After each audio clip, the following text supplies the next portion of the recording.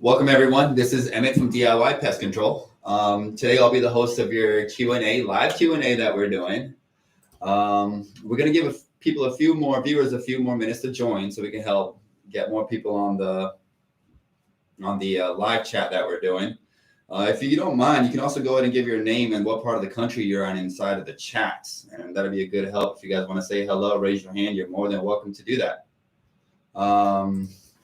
So we'll start with the panel. I'm Walt, one of the co-owners of ProPest Products, and better known as DIY Pest Control. This is Ken, this is Dre, and we're the primary technicians, and then we have 4 or 5 other technicians that we stay very busy answering phone calls and questions, so please don't hesitate to call us.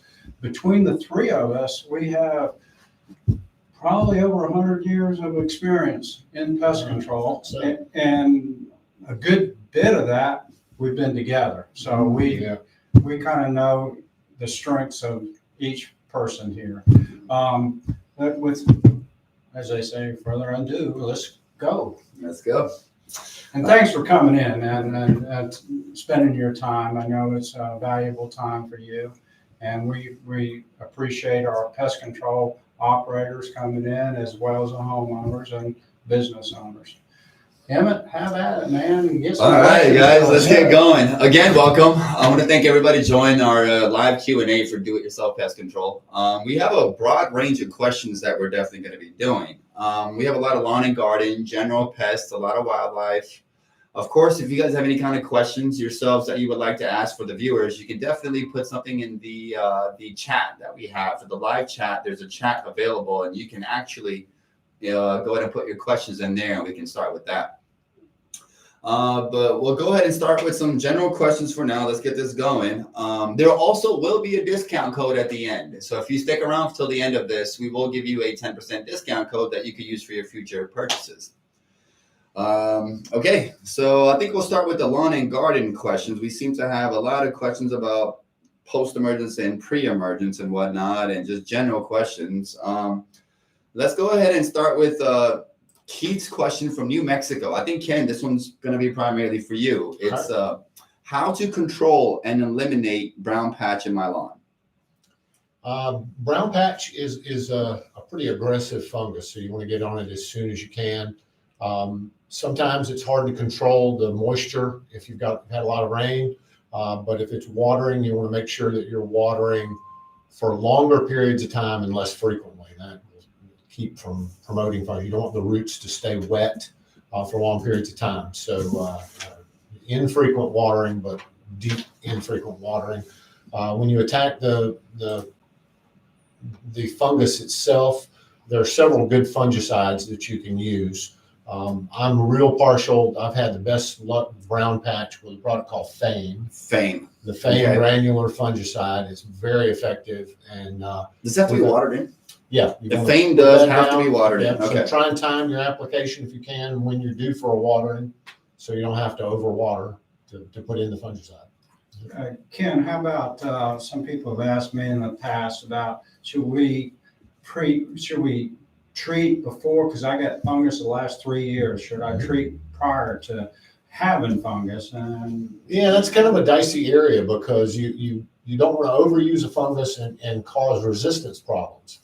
Fungus problems are really subject to problems with the organism becoming resistant to the fungicide you're using. So, but if it's one of those cases where you know that you're going to get that fungus, you just get it every year around this time, then a preventative application is warranted. And your label on the fungicide will usually tell you a preventative rate and a curative rate. So you can kind of follow the label for guidance on that. And if you have any questions, you should give us a call. We'll be glad to help you with it.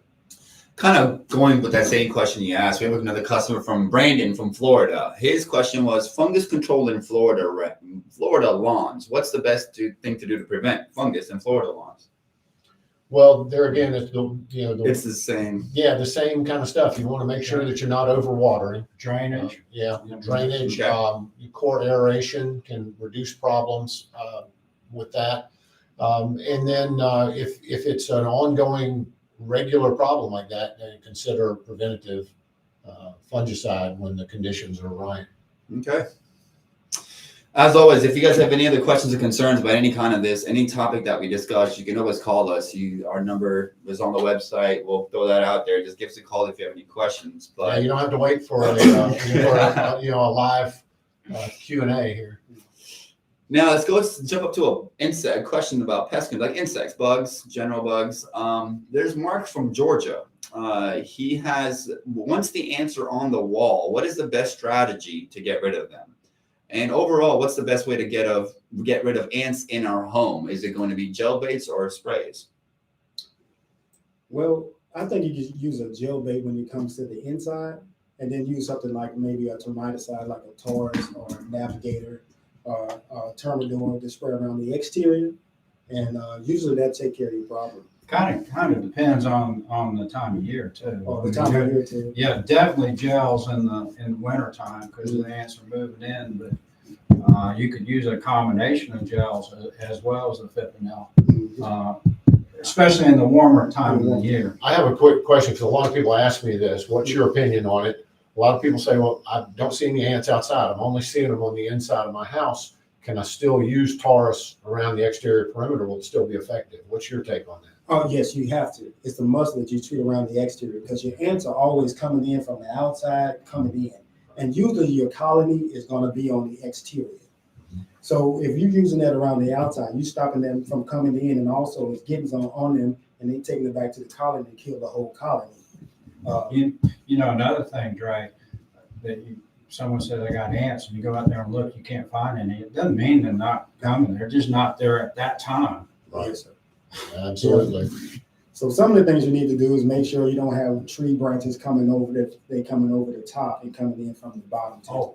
Oh, another thing, cut back foliage touching your house, because you could spray where your house meets the ground till you blow in the face. Mm-hmm. But if you got limbs touching the house, well, what do the ants do? They climb up the limb and Up and over. Yeah, most colonies of ants usually going to be in trees. If you notice, you walk around your property, you'll see ants always going up and down trees. And if they're touching the house, then they don't have to touch the and part of their food source is honeydew. honeydew. And that's from aphids. We're going to jump to a rodent wildlife question now. We have a customer named Philip from Missouri. I have used your products of getting rid of rice. It got the job done. My problem is I still don't know where they get in from. Getting rid of what? Mice. Yeah. So he's dealing with mice. He's used our products. He got rid of the mice. The mice died. But the problem is he can't find the entry point from what it sounds like. What is a good way to look at for entry points? What can we possibly do to seal them up? Well, that roto. Rotofiber? Yeah, the rotofiber's excellent product on that. It's not, I think we underuse that quite a bit, but it basically is a bait station with cotton in it, and it's got aluminum in it. And the mice actually get it on them, and then you have to look for them at nighttime or when it's dark with a black light. So we have all that here, but that's a very good. The other way without spending money on doing that is basically you got to look for the droppings. Also, for both the rats and mice, you would want to see if there's any rub marks. I mean, what is a rub mark? Well, that's just where they're just traveling in the same area, and you might see a little brownish on a piece of wood. Kind of looks oily. Yeah, kind of oily on there, and we've all seen that. Yeah, and it's hard though. Sometimes mice can get through such a small opening compared to a rat. Sometimes Right. Sealing out mice can be a lot more difficult, than with rats. But it takes a little perseverance. Well, one of the things you can do is make sure you keep a bait station around the exterior. Yeah, it's just that way you can get them before they even come in. Right. So using bait stations and poisons on the outside will be. And you also have the products like Contract that have Lumitrack in it. Oh, yeah. So their Lumitrack droppings with the will black light. actually glow under a black light as well. So that kind of makes finding them a little easier. And we do stress in our site, and anybody calls in, and when you're putting bait out, you don't want to just throw it out. I mean, it needs to be in the bait station. Yeah, you have to put it in a bait station. But I don't have any pets or kids. We need the bait stations. If you put bait out and it's accessible to children or pets, doesn't matter if you have any. If it's accessible, you would be violating the law if you don't put it in the bait. That's right. I think the label on every rodenticide I've ever seen says you got to put it in areas that are inaccessible to pets and kids, Yeah. or in a tamper-resistant bait station. Very cool. Let's start with some of our questions we're getting flooded in from the chat. This is a good question by Phil from Texas. Hey guys, started treating for general pest control. I've been trying to map out a program. How does Alpine indoors and Bifen XTS outside on a quarterly basis sound to you guys? XTS on the outside, I would probably say no. I would go with IT. You would rather go with IT or something that's going to have a more longer residual. Okay. Bifen IT is encapsulated, so it's just going to hold up better in the elements. My first question was, where you got Alpine WSG, use that. Yeah. Alpine WSG is a really good Unless you just versatile. want to, Mhm. have a huge inventory of different things. I mean, Bifen certainly is cheaper to use than Alpine WSG. Right. Going off the Bifen that we just discussed, another question from Julie from Georgia. What products do you suggest that we can alternate out with Bifen IT? Will it become less effective the more I use it inside and outside the house? Do I need a alternative chemical? Not necessarily. You can do Alpine, that's a different class of chemicals. Yeah, I mean, it could certainly be rotated with it, but I have found that most insects that you deal with are not going to build resistance the way we're used to with German roaches and things like Bed-bugs that. or something like that. Right, exactly. So for most general purpose insecticides, I've been using bifenthrin for years at my house and I haven't encountered any problems. Yeah. But I don't That's have- a good point, Ken. For 99.9% of the Stink insects bugs, water really bugs. don't get resistant. Right, exactly. Because they're occasional. Yeah, I know bed bugs have some built-in resistance that they kind of German came in with. roaches. German roaches have it. But, you're not dealing with those on the exterior perimeter for sure. I think for preventative pest control, the rotating chemicals is probably not as important. Now, going back to a mouse question, we have a rodent question in New York. I think this will be beneficial for everyone. William from New York is mentioning how to control mice in a New York City apartment. It's 6 stories, got a massive basement. What can I possibly do? Is there anything he can do in an apartment building in New York for mice? Well, the obvious thing is to recruit your neighbors to help you. By putting some control measures, either traps or poisons in their apartments. Well, poison to me would be the fastest way to get them, Right, but you do got to worry about they might stinking up your place. right. So I Dying would somewhere probably inside. use the, glue boards or snap traps or stuff like that. Tin cats, Yep. that way to go. Absolutely. Yeah, tin cats would be. Tin Yeah, cats are great. and I think a combination of all of those is not The a more bad you put idea. out, the more it works. And I've always told I don't oversell people on anything except rodent control. Rodent control, you just, get a trunk load of stuff. You want to be very aggressive with rodents because why? Because they're dangerous. Yeah. Absolutely. I mean, they Cause cause a lot of fires, diseases. they Yeah. cause diseases. Absolutely. So yeah, it's a And serious problem. most trappers, when they go to a house, they don't sit 1 or 2 traps. They usually gonna sit 12 or Many, more. the more you have, the more chances and susceptible they are to go to those traps. The old adage everybody used to say was that if you put 1 trap out and catch a mouse every night, you're better off putting 10 traps out and catching 10 in the first night. Yeah. I mean, that's, it's an oversimplification, obviously, but more traps is better for sure. Also, I think what's more for you, Ken. It's a lawn care question in Maine. What's the best to do crabgrass prevention? I mean, I think would it be standard for the entire East Coast? The same thing. I mean, crabgrass is pretty much everywhere. You need a pre-emergent to prevent it, and you're going to put down prodiamine is probably it's my favorite. I think it's the best there is. Prodiamine is long lasting. And it's a pre-emergent, and a lot of people, this will be redundant, they'll know what this is, but a pre-emergent basically stops weed seeds from sprouting.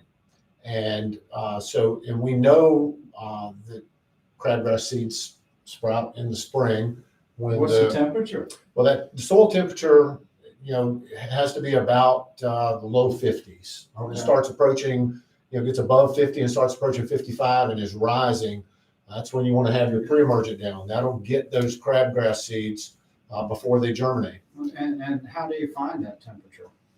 Well, there's a great a place online. Syngenta has a temperature, an interactive temperature map. Didn't we put that on there? I think we have a link to it on our I site. think we do. It's the one with the waves on it Right. with the different Yeah. colors. Yeah. Yeah. Or Yeah. the different shades. Yeah, I there's remember that. Yeah. And if you can't find it on our site, you can go to Google and find it by just doing temperature map, and the one that's for Syngenta, the company that has that up. I've used a meat thermometer before. Yep.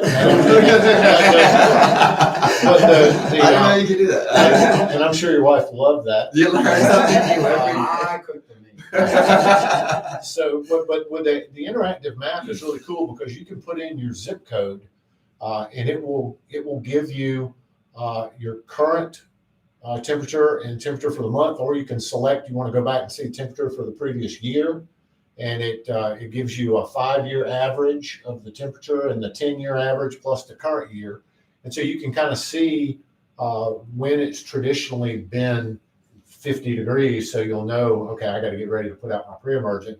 So it really gives you a good feel for that, and it's very specific to your area. And I'd like to add one thing on that, Ken, because I've done pre-emergent several times, and it doesn't mean you're not going to have any weeds. Yeah. You're going to have less weeds, a whole lot less weeds, but you're still going to see some weeds. We're just suppressing. We're suppressing. Every So- year you use it, the more Your suppression. post-emerge is gonna be what, quin chloride? Is that? Well, yeah, for crabgrass, something with quinclorac in it. Unless you got St. Augustine. Yeah, you can't use that on centipede or St. Augustine. Very sensitive but, grasses. most of your cool season, you said he was in Maine. Maine, right? So Yeah, you up have no north, worries. St. up north. Augustine. Yeah, So- yeah. So you can use something with quinclorac in it to kill the existing crabgrass.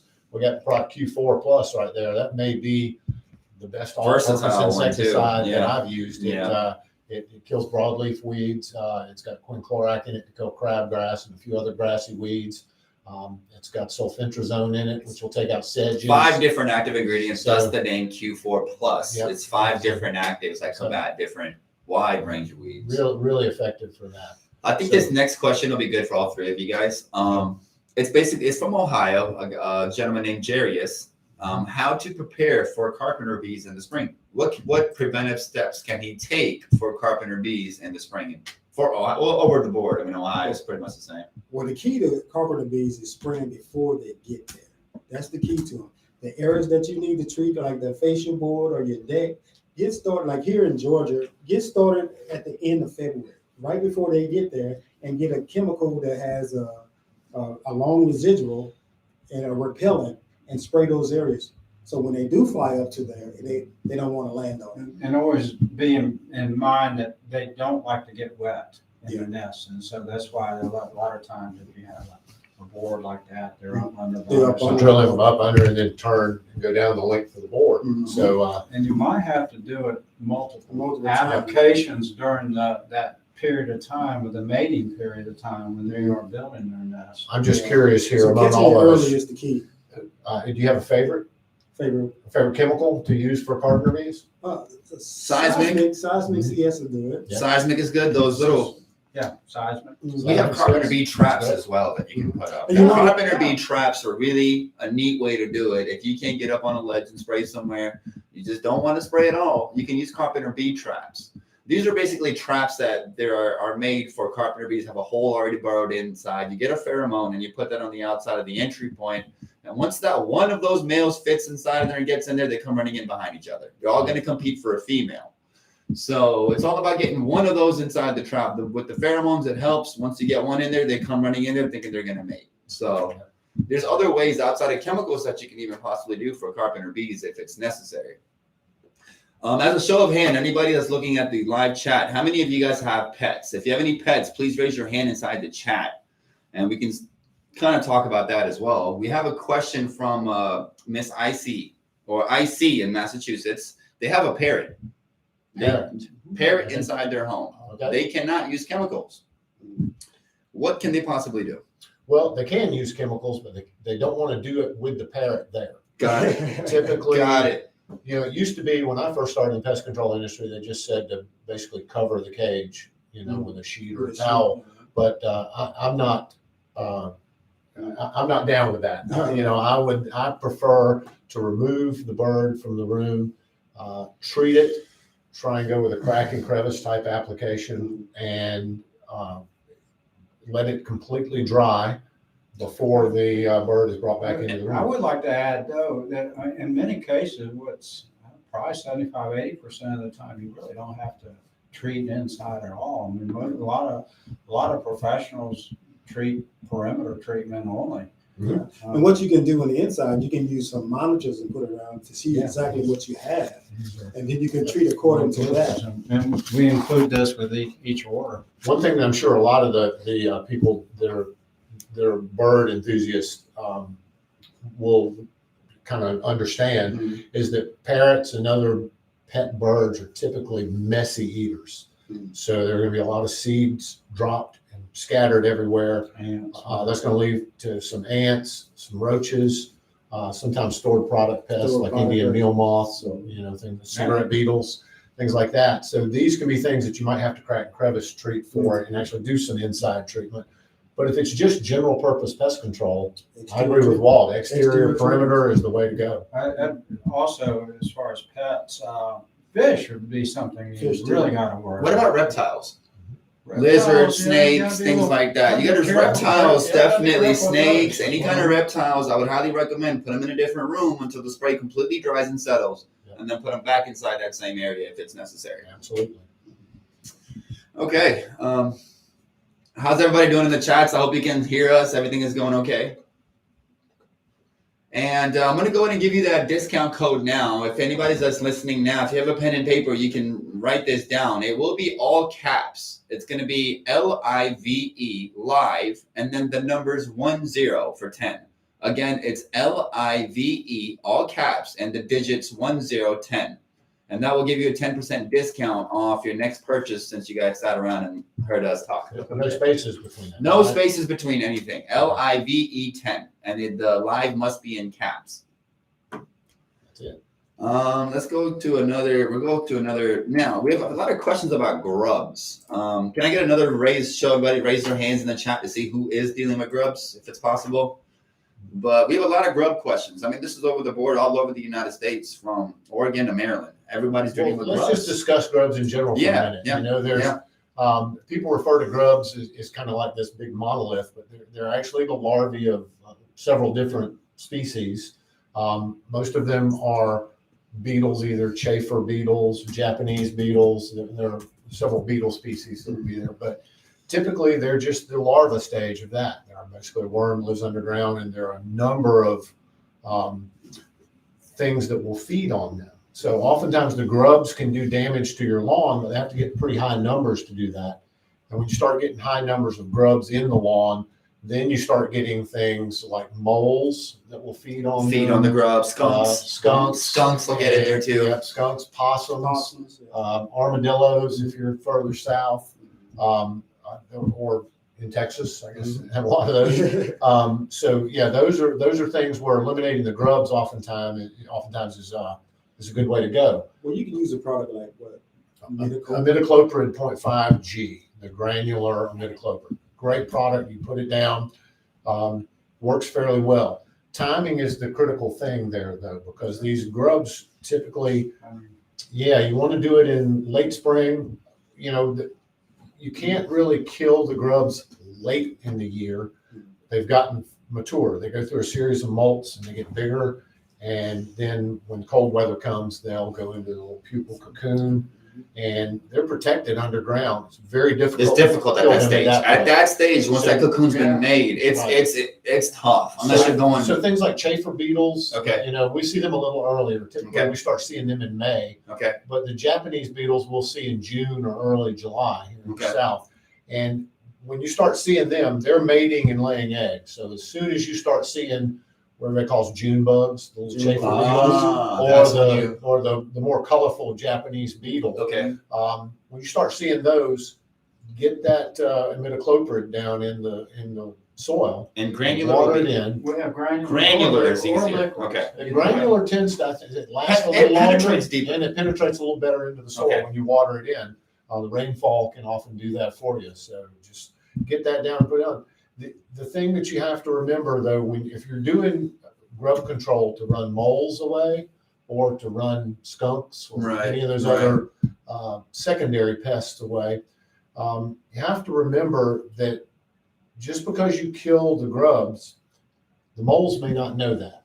And the moles are going to get more aggressive and tunnel more initially because they've run out of food and they're Got it. digging more aggressively to find food. So eventually they'll get the message that there's no food here and they'll move to greener pastures.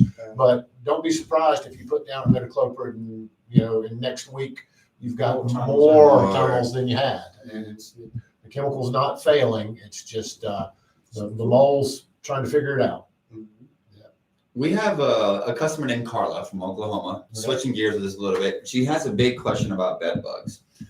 She's had a long-going issue with bed bugs. This is Carla from Oklahoma. Has a long issue with bed bugs. She's used Crossfire and Hornet spray. Okay. Yeah. Right. So we're trying to figure out what we can do at this point. The Hornet spray. Let's address Let's the start by Hornet not spray. using Hornet spray. Let's not do start. that. No Hornet spray. It's against label, right? It's against the label, and not only that, it's probably not very effective. It's not. There we go. It's highly repellent. Right. It's going to scatter bed bugs into areas where you never had them before. So let's stay away from the Hornet spray. How about Crossfire? Crossfire. She's using Crossfire. I mean, that's some of the best stuff Crossfire out there. Crossfire is probably the #1 bed bug killer. But you need the dust. The Yeah, Cymex, some dust. We can use Crossfire aerosol Cymex, and concentrate. I think Doxon NXT is we a talk good about one. this a lot. And we've talked about it in some other videos that we did. Walt likes Cymexidust. You're a dust guy. I tend to be an aerosol guy. I tend to gravitate, cut my teeth on aerosols. I So like the little- to concentrate. The little crack and crevice straws that come on the aerosols make it real easy to inject the chemical into small cracks and crevices. Or most people, if you've got an average lawn and garden type pump up sprayer, it's gonna be hard to get a little stream into tiny cracks. You're gonna need, one of the aerosols with these flip up straws. That makes the job real easy. If you have a hand duster for putting Cymexidust in there, I know Walt, you like that. I think the big advantage of the Cymexidust is it just lasts so long. 10 years, 10 20 years, years. yeah. I mean, and I mean, it says on the label that if it's undisturbed, it lasts for 10 years. the big thing is you want to, the customer from Oklahoma, you want to put the dust, the Cymexidust, which is silica gel. It's not diatomaceous earth. A lot of people just cover their whole place with diatomaceous earth. You don't want to do that. So, silica gels are a lot more efficient than diatomaceous earth, but you want to put it where you can't see it. And where you can't see it would be cracks and crevices. So you do need a liquid too, because there's going to be places that you're going to treat that you would not want to put a dust. So you use them together. So that's why if you go to our site, you'll find that every kit that we have on bed bugs has some Cymexidust in it. And most of them have a concentrate and an aerosol. Yeah. Because they're all useful. And if you're not willing to, go to that extent, get yourself your professional, your local professional, because they will. Well, she said she's been seeing them on the regular. She's been battling it for a while. One thing she need to figure out, how did she get them, or if they still bringing them back into the house? Let me ask you guys one question. What do you think is how many treatments get rid of bed bugs? Yes. 7 to 10 days apart. Is that a tough question to ask? Yeah. Depends on how Yeah. bad the situation is. Yeah. Okay. If it's a real bad situation, you need to be hitting it every week, constantly, until you stop seeing it. I think if you had 10 pest control operators ask that question, you'd have 10 different. Okay. Big thing is clutter management. Clutter management. Yeah, I mean, that's a huge thing. You go into a place with boxes, suitcases. Right. And all over the place, books, magazines, You also if have I'm to a professional, I'm probably just going to turn around. Yeah. Exactly. It can get tough. It can definitely get tough, but you have to retreat 7 to 10 days. I mean, I don't want to say it's impossible to get rid of bed bugs. Let's address that though, because 7 to 10 days, a lot of the labels of the products we're using say not to retreat every 14 days is the minimum retreatment time. So And the you dust gotta- is just one time. right, remember? yeah. I mean, you can treat more frequently with the dust, but you don't need to because it lasts so long. Mm. But if you're using a product like the one that I hear all the time is Temperate FX. Yeah. It says on the label a 14-day retreatment, so you can't go putting it down every 7 days. 10 days, it has to be. Right. Okay. But you can touch up in cracks and crevices with aerosols. They don't usually have the same restrictions that concentrates do. So that's an option. Do you think we got regulators watching us? Hey. There might be. Hey, we follow label. If That's you're what we out will there, do. we're good. We We're will good. follow label. If you're out there watching this, then my name is Walt. This is a bit of a tougher question. I have a bit of a tougher question at this one. This is from Mr. Keith Yonker in New York. I do believe he's a PCO that we deal with. Okay.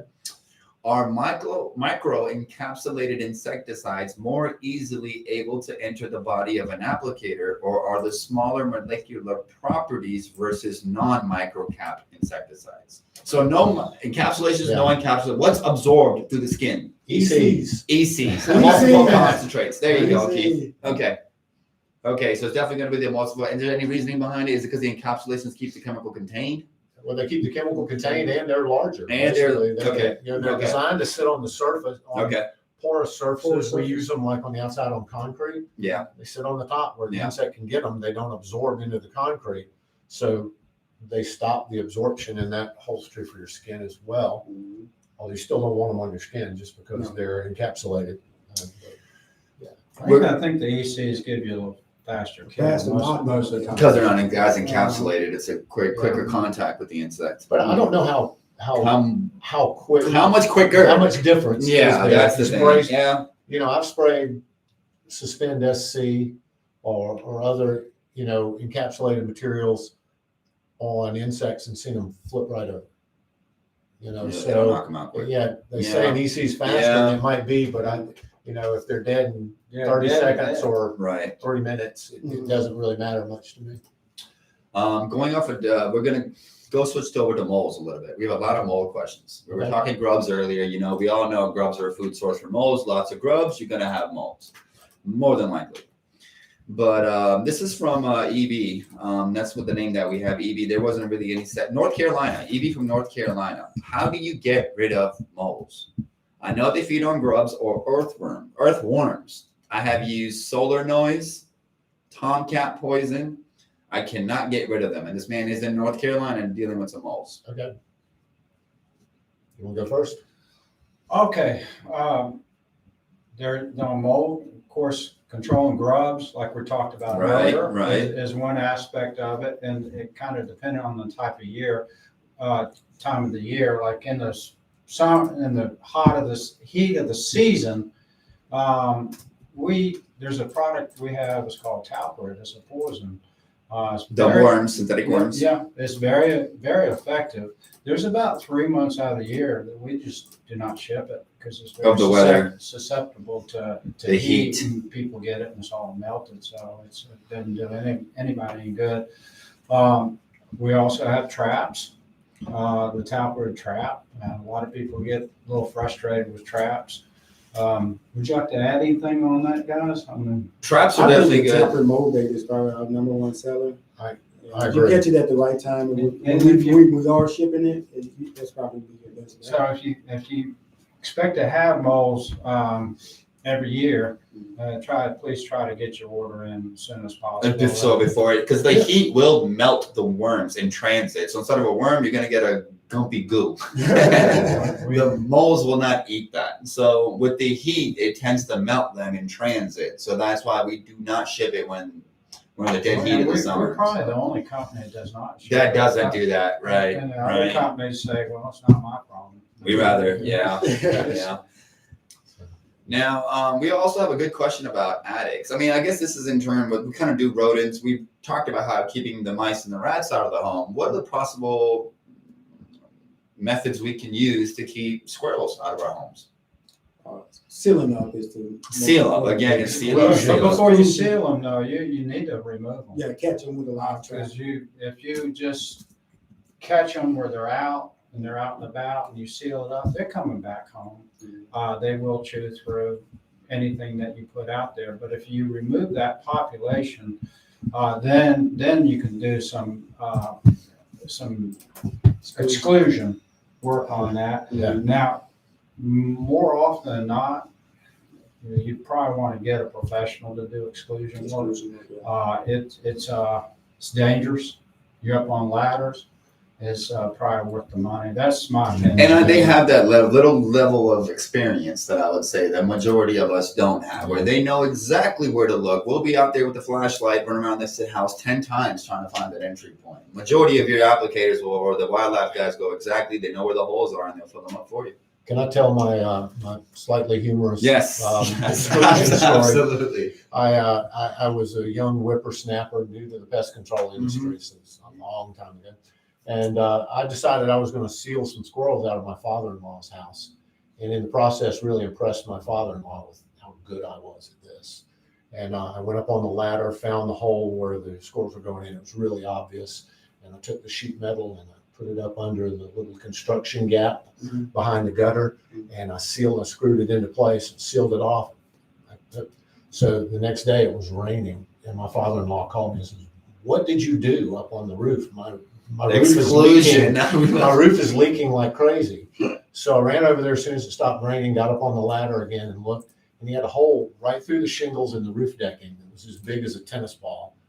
And what I had done without knowing it was seal out a mama squirrel from babies that she had inside. Yeah, they'll chewed through the shingles to get back to her babies. They'll tear through roofs to get back to their babies. That's the thing about these mother squirrels. They can get really ferocious if they're missing from their children. So they will find a way to get inside, whether it kills them or whether they get it. I didn't know how to do the roof repair either, so that cost me. I had to get a roofer to come out there and do that. So I learned. Going back to Miss Carla's asking another question on the chat. Miss Carla, I see that. I'll answer this real quick. If from your neighbors, as long as if you don't have any shared walls, there's really no reason for your neighbors transferring unless you let them inside the home or any. The question for Miss Carla was basically, we're just going off of the earlier question she asked that she's been dealing with. Remember the hornet spray that we mentioned? You can't do the hornet spray, right. But she's also worried about them coming in from her neighbors. Right. Unlikely, likely if they're letting them in. We're talking about squirrels. This is bed bugs. Sorry, this is all bed bugs. Yeah, sorry. If they going back and forth to each other's houses, or coming over there spending the night with each other, yeah. But just bed bugs just walking over from one house to another house. No. Unlikely. Not likely, but if you're in an apartment sharing walls with a shared wall, then they certainly can come through, and that's where we want to use some dust into the electrical outlets, the switch plate covers, the plumbing, even under the you can get it inside the wall. Some people actually drill holes between the studs. Electric stuff in there, go behind the electrical outlets. All of that. Let's go ahead and get to a insect question. This is from Alabama. It's Morgan. What attracts silverfish and how can I get them out? Entice. I would go with entice in the attic area or back behind refrigerators, any kind of cracks and crevices out there. And even sprinkle around the exterior of the house. Silverfish love it. Get rid of cardboard boxes, especially if you have them stored in the attic. I think a silverfish favorite two things to eat are paper and glue. And if you've got boxes where it's just nothing but paper that's glued together, that's a real issue. So get rid of that. Try and switch over to Rubbermaid style, plastic totes, and do that. And then your entice in the attic, general insecticide like Seismic CS. Another good one. That can address the water. Did we mention the water? Silverfish. Is there always a water issue for silverfish or some moist areas or some? Not always. It's not always the case. Okay. One spot is around the bottom of the toilet. For some reason, they love that area where the caulking is around the bottom. You can use an aerosol to knock that down, or just shooting out some dust. Okay. Well, that NXT aerosol, that's tremendous. Is that what? Yeah. No, that's the phone. Doxum. This one is Doxum fairly new. Yeah. And particularly for any professionals who might be watching this has got 2 IGRs, insect growth regulators, and 2 actives, totally in Noxicarb and midachloride. We're pretty excited about this. Fact is, between that and a pyrethrin product, I mean, just about everybody could have that around the house, and you could have that for several years. I mean, depending on how much you spray on there, but it's kind of nice to have an aerosol, even if you're doing a liquid. It makes it type- easier. Type Makes of it treatment. easier. You don't want to, if you see an insect, you don't want to have to go mix up something in there. Yeah. Who does that? Yeah, I don't. yeah, I just yeah. go in and grab a. Aerosols are definitely easier. Yeah. Yep. I completely agree with aerosols. I mean, you can do pretty much the same type of work with aerosols that you do with any kind of liquid concentrate. If you don't want to lug the sprayer around, grab an aerosol. It'll do what it needs to. You don't have to carry a 10, 20-pound jug around and spray things when you can use an aerosol just quick. And you never want to overtly spray any chemical too, right? You're not spraying to the point of drip.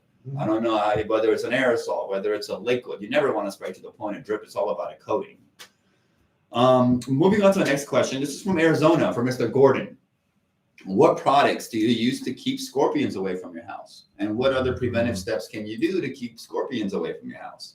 Strong granule around the exterior and a bigger band. You want them to walk through at least 3 feet of chemical before they get to your house. I think wettable powders sometimes are a pretty good way to do it. People call from Arizona. I kind of go to the Cypher WSB or the Demon WP. I mean, granted, they're not going to last a tremendous amount of time outside. They're very effective. How much does while it they're rain there. in Arizona anyway? Right.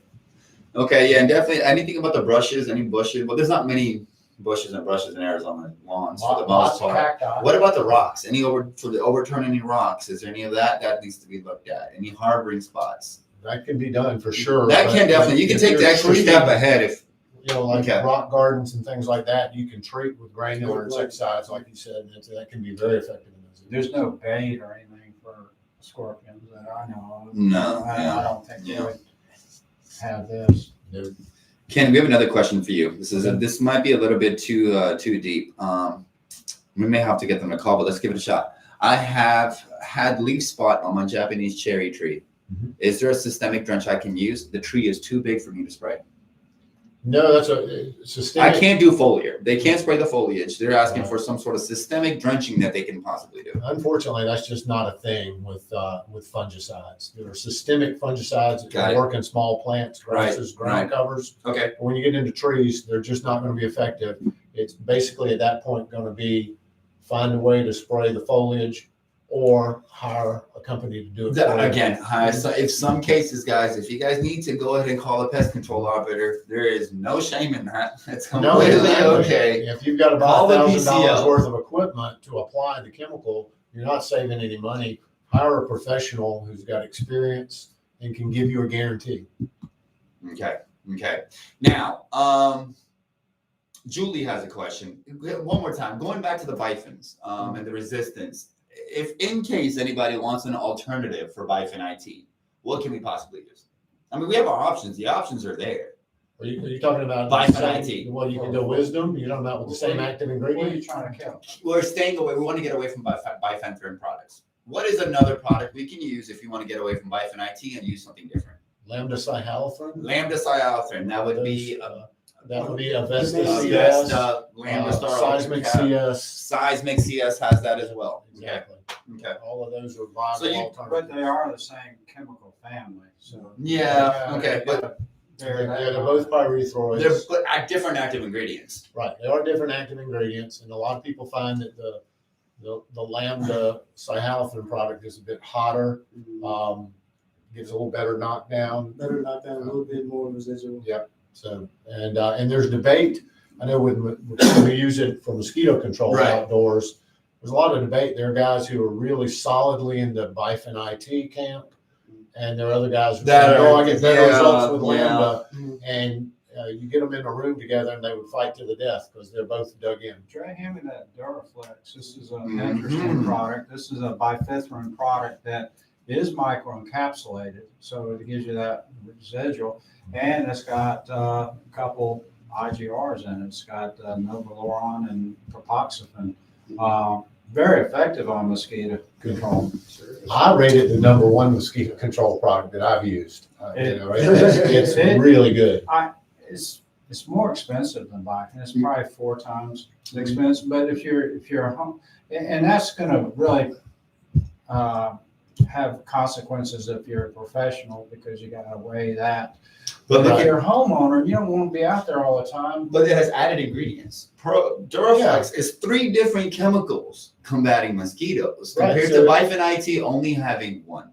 Yeah, if you go out there buying the Bifen and if you're buying an IGR, you're going to pay an arm and a leg just to mix those up together. Exactly. Yep. So, If you want to up that, you go to ProFlex. ProFlex, Which I don't have out here, but it's an active that's in. it's the lambda-cyhalothrin And it's microencapsulated with the IGR. What about the insectos also?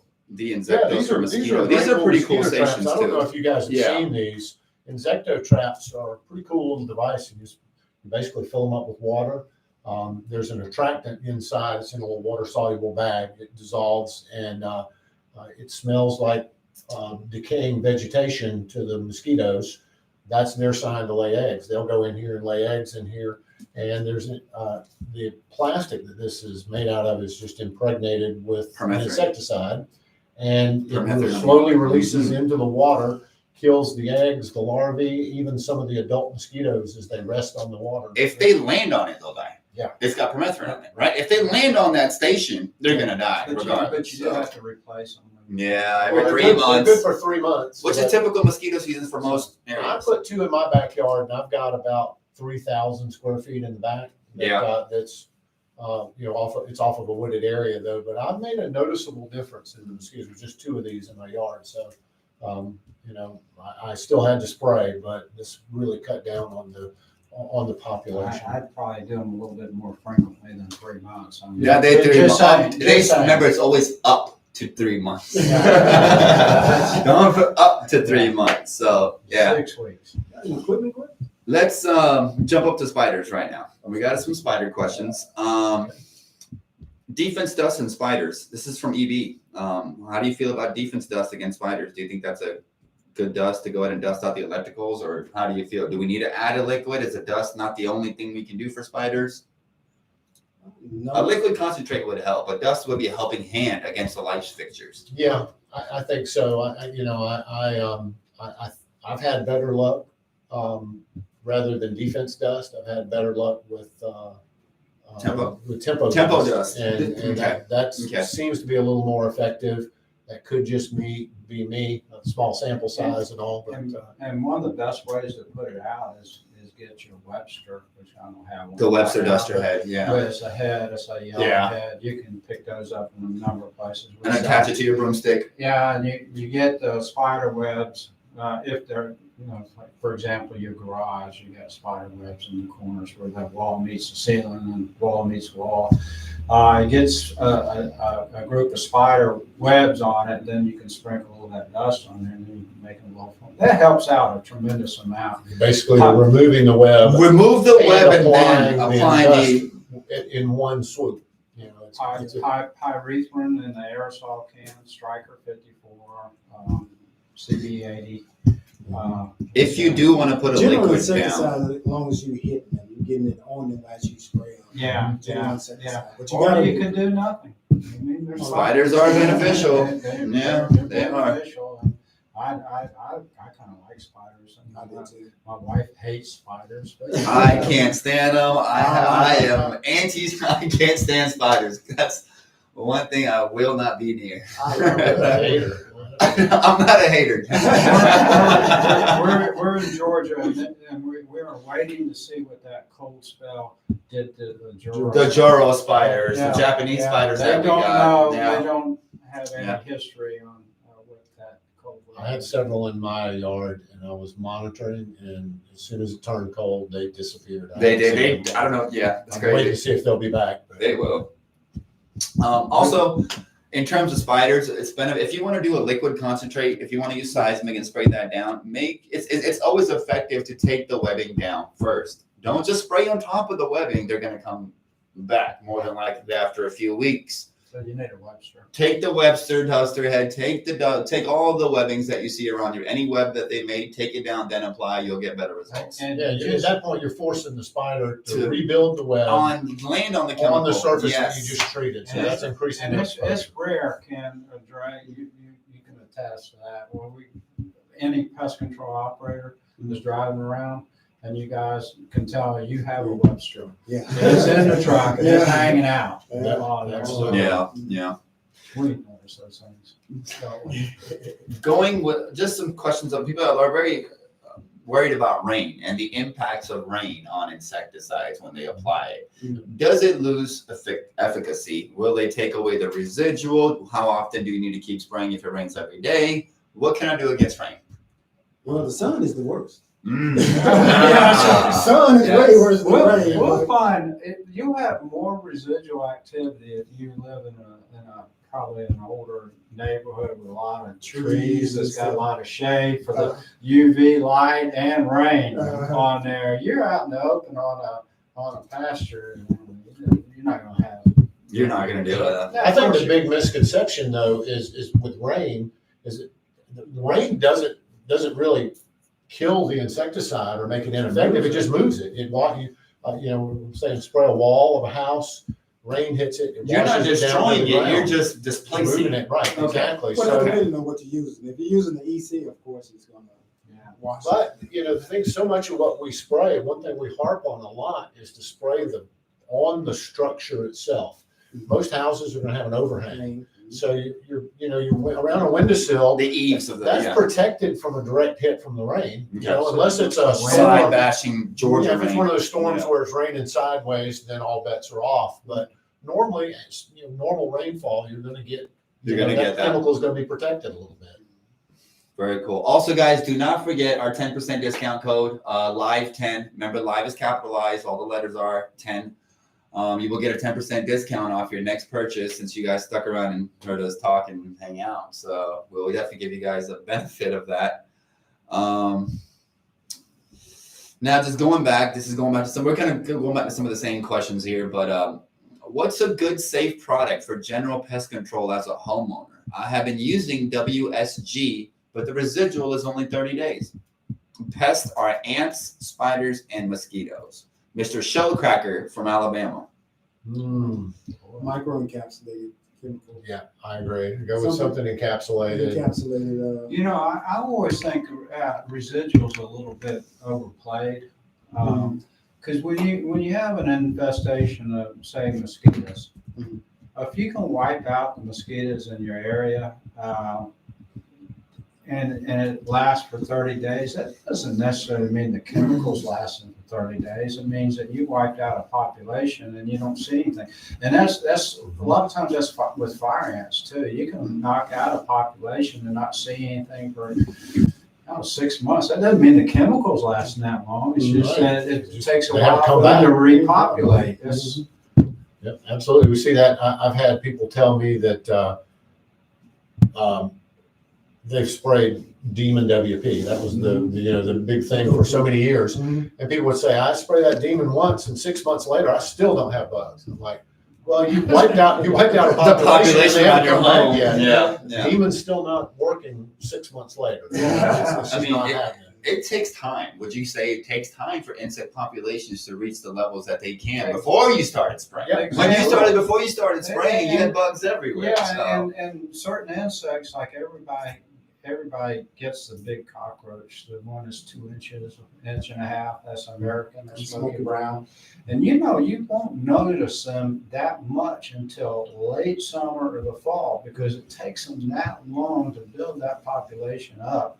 Then in the wintertime, they tend to die off and burrow under the ground and try to survive the winter. Then come back in the spring and the whole thing starts again. Yeah, it takes them over a year to go from egg to adult. So you spray in a population like that and you make a big dent in that population, they just can't bounce back from that. It takes them a while to breed. So that's one reason we kind of German roach is a little different. Yeah, it's a different beast. Do you guys want to talk German roaches at all? Oh, We haven't I love talked I much love about German. talking Let's talk German. about we need to talk a little about German roaches. I mean, it's a think you like common. talking about them a little too much. To be honest. I think you might Let's wanna- talk a little bit about German roaches. This will kind of clear us out, and then we'll be. German roaches are kind of like rodents to me. I want to throw the whole because they're dangerous. Yeah. They, you go Disease. to any place that's got a German roach infestation, and they have kids where I can bet the farm that those kids are sick a lot or elderly. That causes because they carry different viruses that we don't even know about. They're transferred to people. I mean, that's And just the toughest part. Just the smell, Allergies. the way they smell. Allergens. I said viruses, but allergens. The allergens that come from their droppings and their cast skins. You don't wanna breathe that in. They're a big problem. And I know I read one study where it said they estimate in some of these inner city areas that had serious roach problems, that they estimated that about a third of absenteeism in schools was due to German roach. Oh wow! allergens. Because the babies and the Yeah, children yeah. get those So allergens. that's I mean, they're pretty, susceptible. They're not. It's pretty crazy. Yeah, The good news, they're really easy to take care of. they are. I mean, Okay. well, Okay. When they go, but they the go. technology is there. Yeah, I mean, it's gotten a lot easier than it used to You be. use one of these aerosols with the growth regulator, the NXT or the Teco Trio foam, and then a gel. Gel baits work great. Yeah. You don't have to but you want to use them together. combine. You have to combine an insect growth rate. We need something that inhibits them from reproducing. They're going to replicate quickly. You get two become a number before you know it, and then all of a sudden they're out of control. Gel baits work great. The only thing about gel baits we must understand is there are no competing food sources. The dog food has got to be put up at night. The cat food must be sealed. The fruits are in the fridge. Dishes that- are done. That gel bait Dishes, must be pots and pans. only thing that they eat. And if that's the only food source they find, they're going to need to eat. They will locate it. They will find it. They will feed on it, feed it to the babies, and everybody dies. But just got to make sure that they're not bringing fresh in also, because if you're bringing fresh roaches in while you're treating, it's taking 2 steps forward, 3 steps back. So we have to understand, where did we get these bed bugs from? Where did I get these fleas from? Where did I get these German roaches from? Dictating that becomes difficult, but it's important to dictate that so we don't get the problems again. Yeah, I'd like to add to that, Emmett. After you get rid of your German roaches, if you've had any kind of infestation at all, you do need to sanitize. And that takes those allergens out. We have certain things that help. You can buy disinfectants at the grocery store, but you wipe down everything. You wipe down walls, you wipe down up under the sink. Absolutely. Squirrel Labs has some really good products for that. Yeah. The Biozaps. the Biozap, Biozaps Cleaner. are great. It's lemony smell and all that. So Yeah, it's that's great. got the Enzymes. enzymes in there. There's no harsh Really good at chemicals. breaking it down. And I remember before I was ever in the business in my early 20s, I lived in Denver and I looked at different labels and says, well, shit, cows, roaches for 60 days. Yeah. They're not talking about German roaches. It just doesn't work that way. And I bet it said up to 60 days, didn't it? I can't remember, but it didn't work like that. So now I understand why. Well, guys, I mean, we have so many questions. We're trying to keep up with as many as we can, but I mean, this is pretty much about all we can do today. Again, don't forget the discount code, guys. You'll get 10% I'm just getting off. started. I know. I'm just getting wound up here. The discount code is live10. Please use the discount code. You'll get an extra 10% off. As always, all 4 of us are on the phones. If you have any questions, call the 1-800 number, and more than likely we'll be speaking to any 4 of us. So. And you can tell we kind of like to talk this language. Just a little bit. So. We Just don't know a much little bit. else. But yeah, guys, if you ever need any immediate help, you have our number. It's on the website. We'll put it on the chat as well, and then Follow-up with questions. Follow-up. we will set up a follow-up with all the questions as well, and we'll just go with that. Sounds good. Thanks for showing up, everybody. Thank you for listening. I really do appreciate it. This is our first time doing this, so We probably will do it again. we will. And we'll try and get better. I appreciate you guys. Thank you guys. Thank you for your time. See ya. Bye. Bye.